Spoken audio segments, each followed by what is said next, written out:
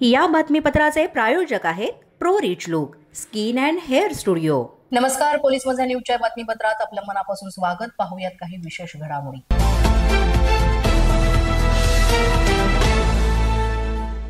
जळगाव इथे एकाच कुटुंबातील 5 जणांचा दुर्दैवी मृत्यू झाल्याची घटना घडली आहे। जळगावच्या एरंडोल तालुक्यामधील खेडी मधली ही घटना आहे। विजेचा धक्का लागून मृत्यू झाल्याची शक्यता वर्तवण्यात येते। खेडी गावाजवळील एका शेतात या 5 जणांचे मृतदेह आढळून आले आणि ते एकाच कुटुंबातले आहेत असंही सांगितलं जात आहे। एरंडोल पोलीस स्टेशन हद्दीत वरखेडी म्हणून गाव आहे आणि त्याच्या शेत शिवारामध्ये 5 मृतदेह मिळाले। त्यांच्यामध्ये 2 महिला, 2 बालक आणि 1 पुरुष यांचा समावेश आहे। गावामध्ये त्यामुळे हळहळ व्यक्त केली।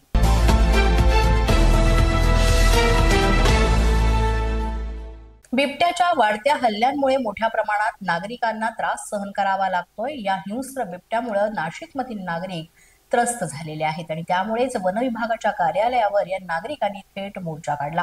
13 दिवस उलटले तरी सुद्धा बिबट्या अजूनही मोकाटच फिरतोय आणि त्या संदर्भात त्यांनी आक्रमक भूमिका घेतली आहे। रक्षाबंधनाच्या पूर्वसंध्येलाच वडनेर दुमाला परिसरामध्ये 4 वर्षाच्या आयुषला बिबट्यानं ठार केलं होतं आणि त्या सगळ्यांनंतर मृत आयुषला बहिणीनं राखी बांधण्याचा भावनिक व्हिडिओ सुद्धा सोशल मीडियावर व्हायरल झाला होता।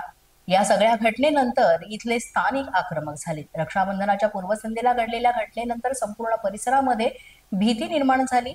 त्यानंतर जवळपास 13 दिवस उलटून गेले, मात्र अद्यापही बिबट्याला जेरबंद न केल्यामुळे ग्रामस्थ आक्रमक झाले।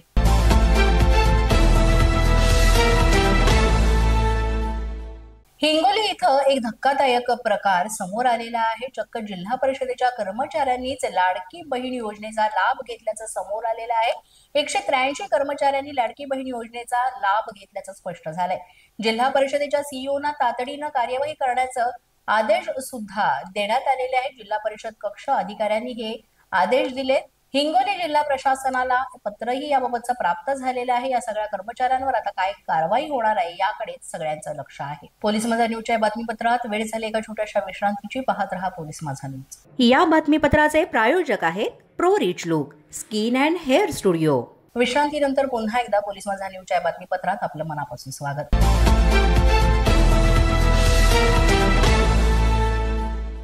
कानामध्ये हेडफोन घालून भर पावसामध्ये प्रवास करणं एका 17 वर्षाच्या तरुणावर जीवावर बेतलेला आहे।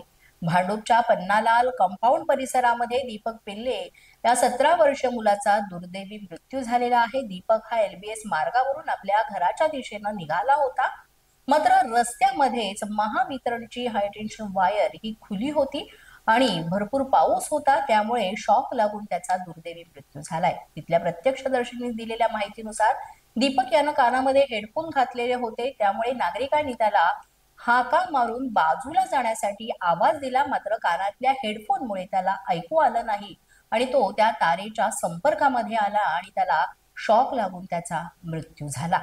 इथल्या नागरिकांनी या ठिकाणाहून प्रवास करणाऱ्या अनेक जणांना याबाबत सूचना केली होती आणि त्यांना बाजूला जायला सुद्धा सांगितलं होतं। अनेक नागरिकांचे यामुळे प्राण वाचलेले आहेत। स्थानिकांच्या या प्रसंगावधानतेमुळे हे प्राण वाचलेले आहेत, मात्र दीपक पिल्ले या तरुणाचा कानात घातलेल्या हेडफोनमुळे त्याला आवाज ऐकू आला नाही, त्याचा शॉक लागून दुर्दैवी मृत्यू झालेला आहे।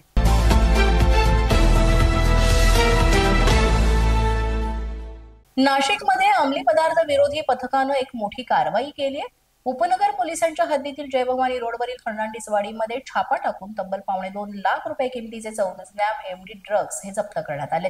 या प्रकरणी 3 संशयितांना पोलिसांनी अटक केली। नाशिक पोलीस आयुक्तालयाच्या गुन्हे शाखेतील अंमली पदार्थ विरोधी पथकाला गोपनीय माहिती मिळाल्यानंतर शनिवारी दुपारी ही कारवाई करण्यात आलेली आहे। मराठी निवास नावाच्या घरावर पथकानं छापा टाकला आणि तिथे राहणाऱ्या संशयित विजय सुखदेव सोनावणे याच्या ताब्यातून तब्बल $1,70,000 किमतीचे 34 ग्रॅम MD ड्रग्ज पावडर जे आहे ते ताब्यात घेतले आणि पोलिसांनी सोनावणे यांची चौकशी केली असता अंमली पदार्थ विक्रीसाठी मुंबई वाशी येथील सेवन भाई नावाच्या व्यक्तीकडून खरेदी केल्याची माहिती समोर आली आणि या कारवाईमध्ये केवळ साठा करणाऱ्या संशयितालाच नाही तर परिसरामध्ये ड्रग्ज विक्री करणाऱ्या विजय सोनावणे, रोहित नेने, कैफ पठाण या संशयितांनाही पोलिसांनी अटक केलेली आहे। नशेच्या गर्तेत तरुणाईला ढकलणाऱ्या या रॅकेटचा पुढील तपास अंमली पदार्थ विरोधी पथक सुरू ठेवत असून सेवन भाईचा शोध घेण्यासाठी सुद्धा पोलिसांचे प्रयत्न सुरू आहेत।